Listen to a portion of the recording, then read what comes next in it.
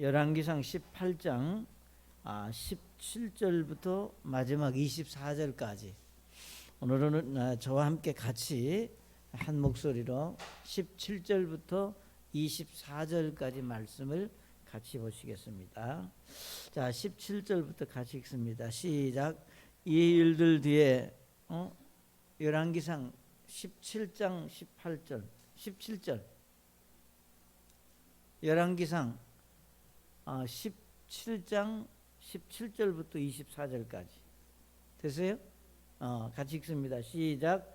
이 일들 뒤에 그 집에 여주인 되는 여인의 아들이 병들었는데 그의 병이 매우 심히 크게 끌어졌으므로 그녀가 엘리야에게 이르되 오 하나님의 사람이여 내가 당신과 무슨 상관이 있나이까 당신이 내 죄를 생각나게 하며 또 내 아들을 죽게 하려고 내게 오셨나이까 하매 그가 그녀에게 이르기를 내 아들을 내게 달라 하여 그를 그녀의 품에서 취해 안고 자기가 거하던 다락방에 올라가 자기 침상에 누이고는 주께 부르짖어 이르되 오 주 내 하나님이여 주께서 내가 머무는 집에 가보의 아들을 죽이심으로써 그녀에게 또 향을 내셨나이다 하고 또 아이 위에 자기 몸을 3번 펴서 엎드리고 주께 부르짖어 이르되 오 주 내 하나님이여 원하건대 이 아이의 혼이 다시 아이에게 들어가게 하옵소서 하니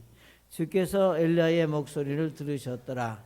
그 아이의 혼이 다시 아이에게로 들어가서 그가 살아났으므로 엘리야가 그 아이를 안고 방에서 집으로 내려가 그의 어머니에게 그를 넘겨주며 이르되 보라 내 아들이 살아있느니라 하니라. 그 여인이 엘리야에게 이르되 이로써 내가 이제 당신은 하나님의 사람이시요 당신의 입에 있는 주의 말씀은 진리인 줄 아나이다 하니라. 아멘. 아버지 하나님께서 주신 말씀을 인해 하나님께 감사드립니다. 이 시간 종의 입술을 주장하셔서 정말로 하나님이 말씀하시고자 하는 말씀만이 온전히 되어날 수 있도록 우리 하나님께서 축복해 주시기를 원하며 살아계신 예수님의 이름으로 기도드립니다. 아멘. 자리에 앉으시겠습니다.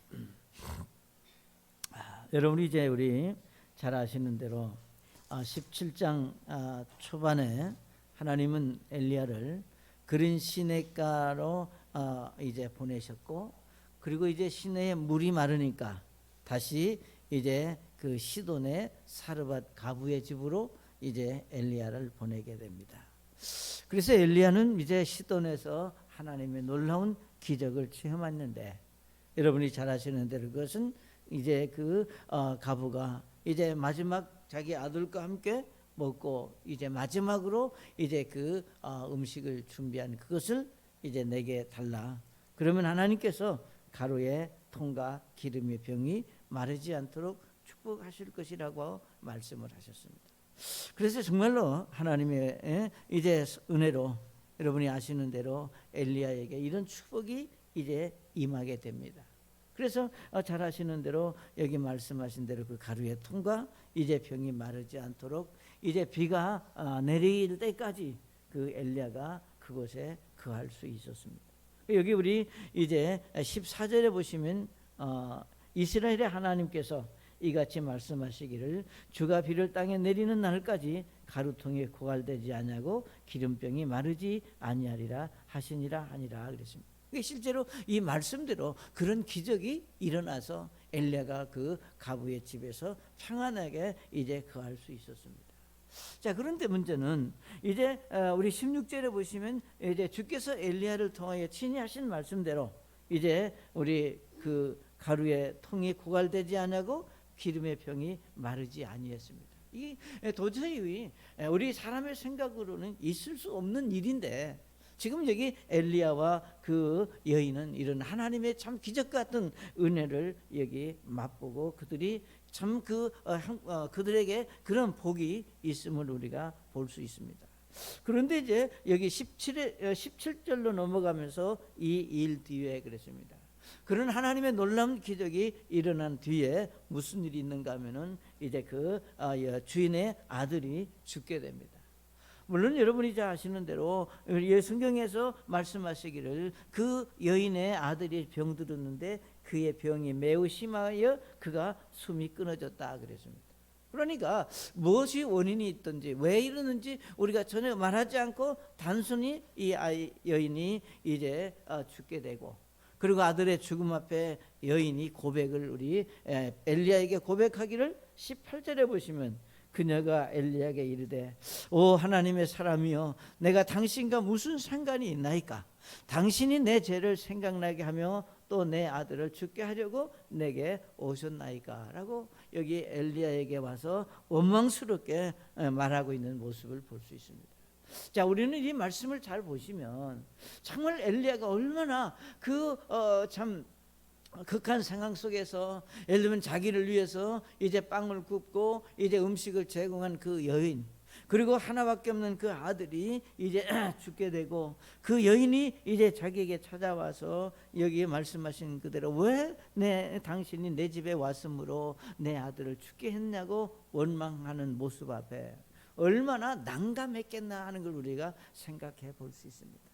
물론 우리가 어떤 경우에 살다 보면 정말로 내 본에 의지하고 상관없이 아주 낭망스럽고 이제 어찌할 바 모르는 그런 황당한 일들을 우리가 겪게 되는 수도 있습니다. 여기 마찬가지로 엘리야가 지금 그런 지경입니다. 당신이 우리 집에 오게 되어 내 죄가 드러나고 이제 그로 인하여 내 아들이 죽은 것은 예를 들면 당신이 내 집에 왔기 때문에 이런 일이 일어났다고 하는 겁니다. 물론 우리는 잘 압니다.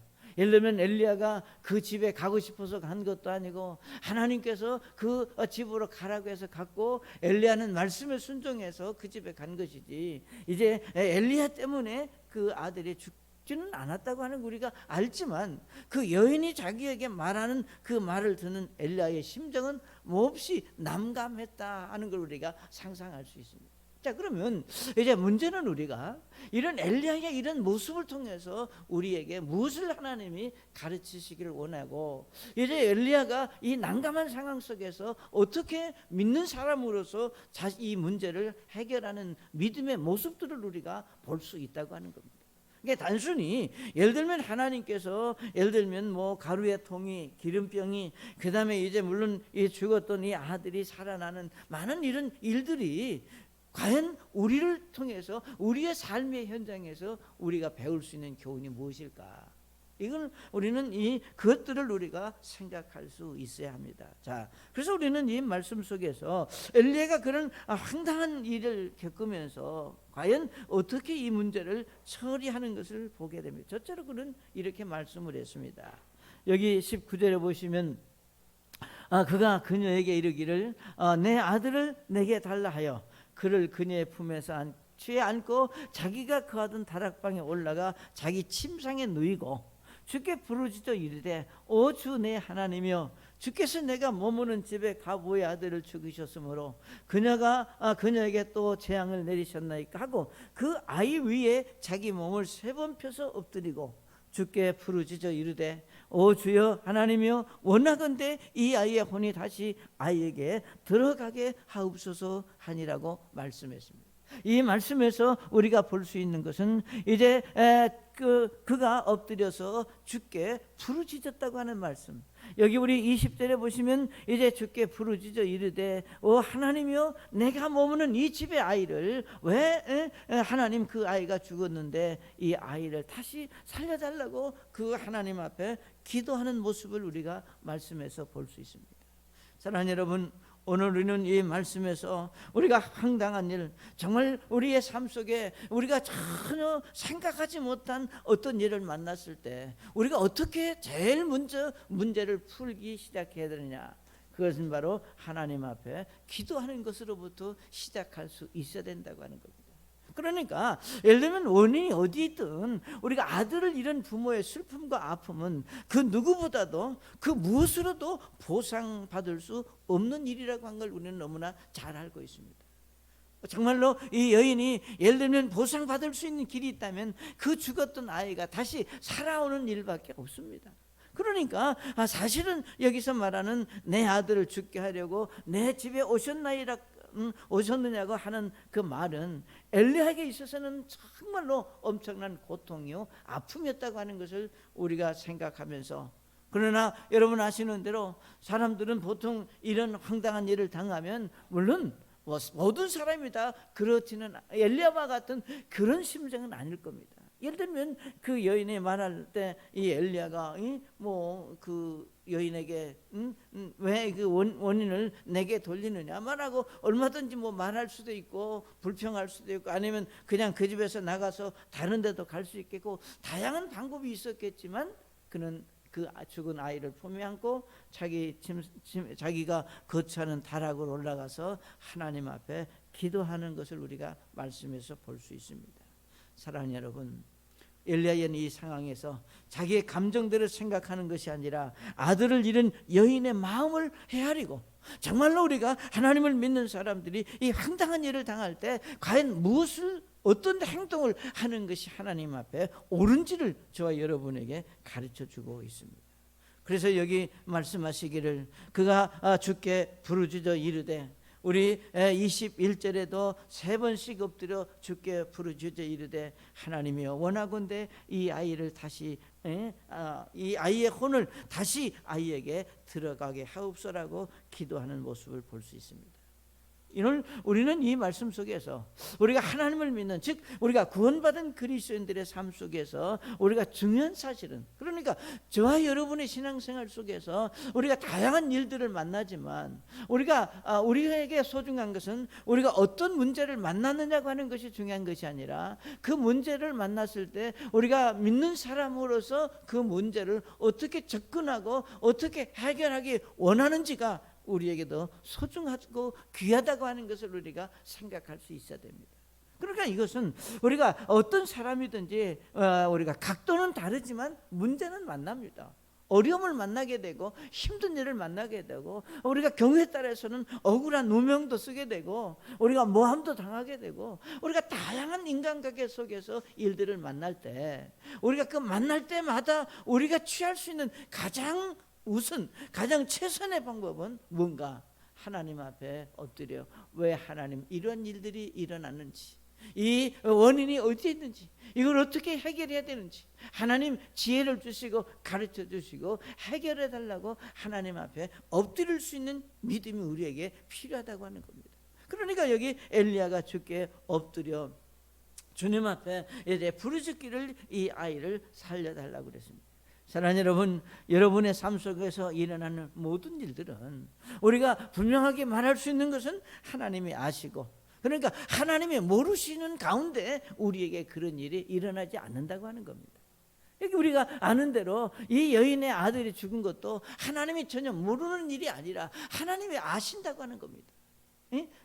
마찬가지로 우리의 일상생활 속에서 일어나는 일이 그것이 어떤 일이든 하나님이 모르시고 하나님의 예를 들면 숨겨진 가운데 일어나는 것이 아니라 하나님이 아시고, 우리가 조금 더 믿음으로 우리가 접근한다면 하나님이 아시고 하나님이 허락하신 일이라고 하는 믿음을 여러분이 가질 수 있기를 바랍니다. 이건 나만이 당하는 일이다, 나만이, 그게 아니라 하나님이 아신다. 그리고 하나님이 허락하실 때는 우리가 그럴 만한 하나님의 뜻이 있고 하나님의 섭리가 있을 것이다. 그러니까 우리가 에레미야 애가 3장 33절에 보면 이렇게 말씀했습니다. 그분은 고의로 사람들의 자녀들을 괴롭게 하거나 슬프게 하지 아니하시는도다 그랬습니다. 그러니까 여러분의 삶 속에서 어떤 일들 때문에 우리가 괴롭고 슬픔이 있다, 너무 힘들다, 너무 어렵다, 그리고 애통하는 마음이 있다. 그러니까 분명한 사실은 여기 그분은, 하나님께서는 의도적으로 하나님을 믿는 사람들에게 괴로움을 주거나 슬픔을 주거나 아픔을 주시는 분이 절대로 아니라는 겁니다. 분명 우리가 아픔이 있다면, 슬픔이 있다면, 우리가 고통이 있다면 분명히 하나님이 아시고 그 고통을 통해서, 그 아픔을 통해서 하나님이 무엇인가 일하시기 원하신다고 하는 것을 우리가 깨닫고 그 하나님의 섭리를 배우고자 하는 믿음이 여러분에게 필요하다고 하는 겁니다. 그렇기 때문에 하나님은 우리의 삶 속에서 경험하고 느낄 수 있는 모든 일에 우리를 괴롭게 하거나 슬프게 하는 분이 아니라 어떤 경우라도 우리에게 유익을 주고 우리를 하나님의 사람으로 우리가 세워가시기 원하는 하나님의 뜻이 그곳에 있음을 우리가 배워야 된다고 하는 거예요. 그러니까 지금 엘리야에게 그 아들을 이제 데려가신 거 하나님이 모르시는 분이 아니잖아요. 그리고 하나님은 분명히 그 여인의 감정도 아셨을 것이고, 그리고 여기 엘리야가 이제 그런 모습 속에서 하나님 앞에 엎드리는, 그래서 자신에게 일어난 일을 해결하는 믿음을 하나님은 엘리야가 갖기를 아마 원하셨을 것이고, 우리가 기도하는 사람의 모습을 저와 여러분에게 가르치시기 위한 교훈이 이 말씀 속에 담겨져 있습니다. 그래서 우리가 잘 아시는 대로 엘리야는 참 기도하는데, 우리가 인내하면서 우리가 기도하는데 남다른 은사와 특권을 가진 분이라고 하는 것을 우리 야고보서 5장 17절에 말씀하고 있습니다. 야고보서 5장 17절에 보시면 엘리야는 우리와 같이 동일한 성정의 지배를 받은 사람이로되 비가 오지 않기를 그가 간절히 기도하니 3년 6개월 동안이나 땅에 비가 오지 않았고, 그가 다시 기도하니 하늘이 비를 주고 땅이 자기 열매를 내었느니라 그랬습니다. 그러니까 오늘 이 말씀 속에서 우리가 발견될 수 있는 것은 뭐냐? 엘리야는 그만큼 기도하는 분이었다. 그래서 오늘 우리에게 있어 중요한 것은, 여기 엘리야가 분명하게 하나님께 자신의 심정을 말하고 있듯이 우리도 마찬가지입니다. 그러니까 이제 오늘 우리가 엘리야와 우리하고 다른 점이 있다면 뭐냐 하면, 우리도 어떤 일이 있을 때 난감하고 어려운 일이 있으면 우리가 그리스도인이기 때문에 우리가 기도를 시작합니다. 자, 그런데 여러분이 우리가 이 열왕기상 17장에서 엘리야가 기도하면서 예를 들면 그 여인에게나 그 다음에 주변에 있는 사람들에게나 하나님에게나 전혀 자신의 어떤 감정이나 자신의 어떤 생각을 말하지 않고 오로지 여기 말씀하신 그대로, 정말 여기 말씀하신 대로 주께서 또한 내가 머무는 집에 가부의 아들을 죽이심으로 그녀에게 재앙을 내리셨으니 하나님 그 아이의 혼을 다시 이제 되돌려 달라고, 그러니까 정말로 우리가 진정한 그 어떤 문제의 핵심만을 놓고 하나님 앞에 기도하는 모습을 볼 수 있습니다. 우리가 하나님 앞에 우리는 기도로 하면서도 여전히 오늘 우리의 삶 속에서 이제 많은 그리스도인들이 기도로 하면서도 기도만 하는 것이 아니라 기도와 함께 자신이 할 수 있는, 자신이 생각할 수 있는 인간적인 생각, 인간적인 어떤 방법, 사람에 대한 원망, 이런 감정적인 것까지 동시에 가지고 있다는 거예요. 그러니까 정말 자신의 어떤 생각이나 자기 인간적인 모든 것들을 그냥 놔두고 오로지 하나님께만 맡길 수 있는 기도가 우리에게 필요하다고 하는 것을 우리가 이 말씀에서 배울 수 있습니다. 사랑하는 여러분, 우리 구원받은 그리스도인들은 어떤 일을 만나든지 우리가 기도하는, 그래서 우리가 기도는 생각이 아니라 실제로 우리가 행하는 것이고, 그래서 우리는 이 엘리야의 삶을 통해서 정말로 믿는 사람들이, 우리가 구원받은 그리스도인들이 어떤 일을 만나든지 온전히 전폭적으로 우리가 주님께 기도하는 믿음으로 그 문제를 해결하고자 하는 그런 간절함이 여러분에게 있으시기를 바랍니다. 두 번째로 우리가 이 말씀에서 볼 수 있는 것은, 물론 성경 전체에 엘리야의 생애 속에서도 우리가 엿볼 수 있는 거지만, 엘리야는 기도했을 뿐만 아니라 그는 대단히 온유한 성품의 이제 사람이었다라고 하는 것을 우리가 생각하게 됩니다. 물론 여기에서 엘리야가 온유하다고 하는 어떤 특별한 어떤 그 말씀을 우리가 보기 어렵지만, 우리가 그 상황적으로 우리 말씀드렸던 대로 여기 엘리야의 심정은 결코 평안치 않았을 겁니다. 자기에게 은혜를 베풀었던 여인이 자신이 원하는 것이 아니라 하나님의 그 여인의 집으로 인도하셨고, 그리고 그 여인의 가정을 축복하셨고, 그런데 이 어려움을 당할 뿐만 아니라 그 여인으로부터 이제 치명적인 원망을 듣게 되는데, 말씀드렸던 대로 당신이 우리 집에 왔기에 내 아들이 죽었다. 그러니 이제 살려내라고 하는 여기 내 아들 살려내라고 하는 말은 없지만 지금 그와 똑같은 얘기입니다. 자, 엘리야는 이 말씀, 그 상황 속에서 얼마든지 아니라고 말할 수 있습니다. 한마디. 그러나 엘리야는 그 여인에게 한마디, 예를 들면 변명이나 뭐 어떤 다른 말을 하지 않고, 우리가 19절에 보시게 되면 그가 그녀에게 이르기를 내 아들을 내게 달라 하여 그를 그녀의 품에 취해안고 자기가 거하던 다락방으로 올라갔다 그랬습니다. 사랑하는 여러분, 오늘 이 엘리야의 모습 속에서 우리가 무엇을 발견할 수 있느냐? 우리가 주변의 사람들이 뭐라고 말하든 정말로 엘리야는 이제 자신이 하나님 앞에 내가 해야 될 내 책임을 알고, 즉 자기가 감당해야 될 몫이 무엇인가를 알고 묵묵히 자기 일에 자기가 해야 될 일에 우리가 열심히 그 일을 감당하고 있는 모습을 우리가 볼 수 있습니다. 이것을 우리는 성경에서 온유함의 모습이라 이렇게 우리가 말할 수 있습니다. 사랑하는 여러분, 오늘 우리가 필요 없는 다툼이나 감정으로 대립하지 않고 그 문제를 가지고 하나님께 나아가는 모습을 우리가 볼 수 있다 그 말입니다.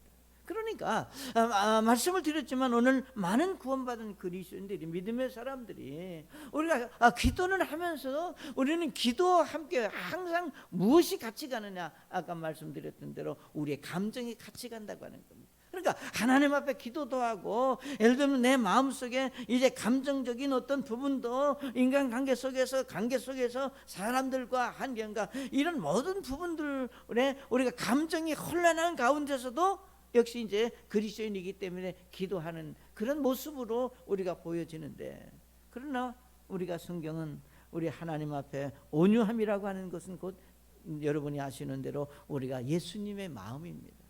그러니까 어떤 경우라도 내가 감정적으로 대립하거나 감정적으로 표현하거나 내 감정을 통해서 내 마음의 억울함을 사람과 하나님과 주변에게 표출하지 않는 모습을 우리가 성경에서 온유함의 모습으로 말할 수 있습니다.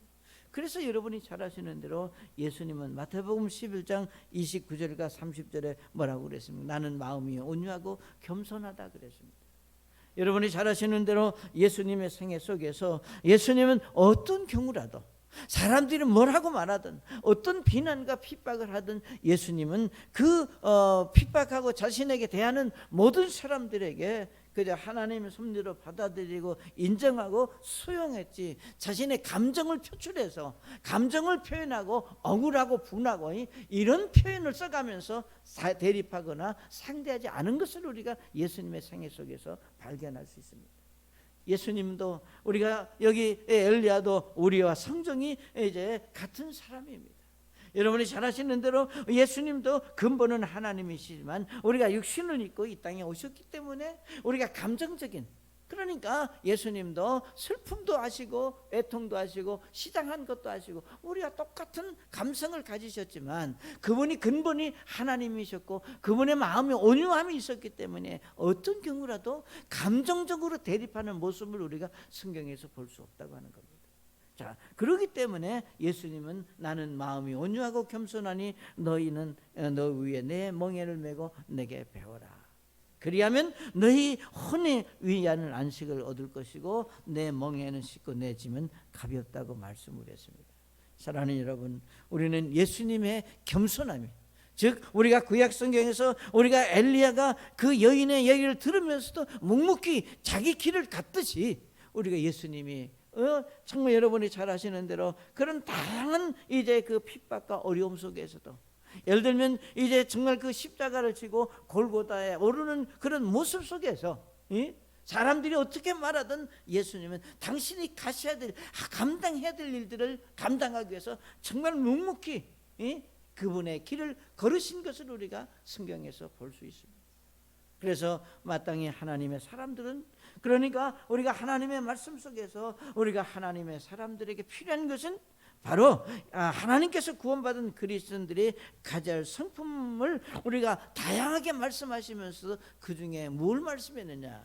디모데후서 2장 24절에 주의 종은 결코 다투지 말아야 하며 모든 사람에게 부드러우며 가르치기를 잘하며 인내하며 스스로 반대하는 자들을 온유함으로 일궈줘야 하리라.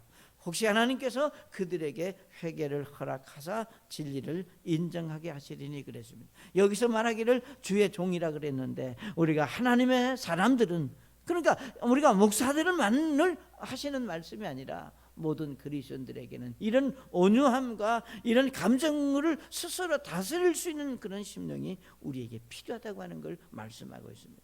그래서 구원받은 그리스도인들 특별히 하나님 앞에 우리 온유함을 유지할 수 있어야 되는 이유가 우리 야고보서 1장 20절과 21절에 이렇게 말씀했습니다. 사람의 진노가 하나님의 의를 이루지 못하니라 그랬습니다. 사람의 분노가, 사람의 예를 들면 감정 표출이, 여러분 우리가 화가 나고 어떤 일이 있을 때 여러분의 감정을 표출할 수 있지만 그렇게 감정을 표출하는 그 사실로는 하나님의 의를 이루지 못한다. 하나님의 뜻을 이룰 수 없다고 하는 겁니다. 그렇기 때문에 모든 더러움과 넘치는 악을 내어버리고 접붙여진 말씀 곧 능히 너희 혼을 구원할 수 있는 말씀을 온유함으로 받으라 그랬습니다. 그래서 온유함이라고 하는 것은 나 자신에게 다른 사람에게 특별히 하나님의 말씀 앞에 우리가 온유함이 필요하다고 하는 것을 우리에게 가르치고 있습니다. 사랑하는 여러분, 아시는 대로 온유함의 반대는 분노입니다. 우리가 분노는 결국은 하나님의 뜻을 이룰 수 없습니다. 그래서 우리가 어떤 상황이든지 우리가 온유함으로 받아들이는 자들에게 하나님의 약속하신 것은 마태복음 5장 5절에 말씀하시기를 온유한 자들은 복이 있다 그랬습니다. 그러니까 우리가 감정적으로 대립하는 사람이 아니라 정말 하나님 앞에 모든 것을 맡기고 하나님의 뜻으로 받아들이는 그런 심령을 가진 자들에게는 바로 하나님의 복이 있음을 우리에게 말씀하셨습니다. 사랑하는 여러분, 우리 모두 참 주 안에서 온유한 심령의 그런 믿음의 사람들이 될 수 있기를 바랍니다. 자, 세 번째로 우리가 이 말씀에서 정말로 중요한 엘리야에게 정말로 대단한 그 복이 있다고 하는 것은 우리가 마지막 24절에 보시면 이렇게 말씀을 했습니다. 이제 하나님께서 엘리야의 기도를 들으시고 그 아들을 이제 살려주셨습니다. 24절에 그 여인이 엘리야에게 이르되 이로써 내가 이제 당신은 하나님의 사람이시요 당신의 입에 있는 주의 말씀은 진리인 줄 아나이다. 사랑하는 여러분, 이 말씀보다 엘리야에게서 더 큰 축복과 그 영광은 없습니다.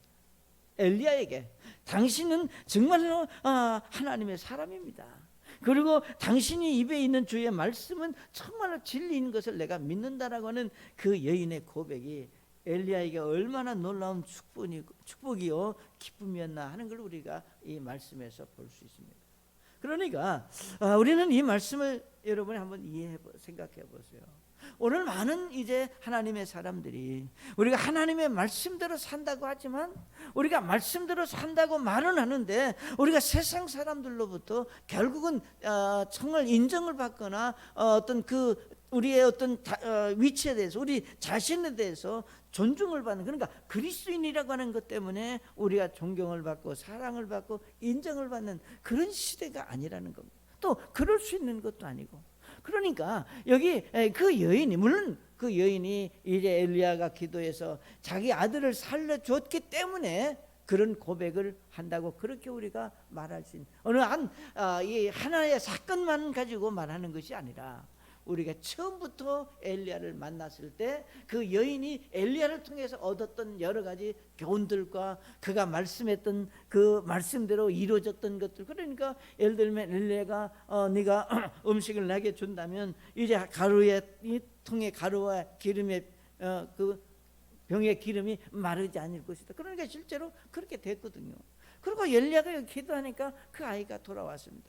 그러니까 그 여인의 입장에 있어서는 엘리야가 이건 하나님과 같은 분으로 존경하고 사랑하고 그분을 정말 공개적으로 인정할 수밖에 없는 그런 모습들을 우리가 이 말씀에서 볼 수 있습니다.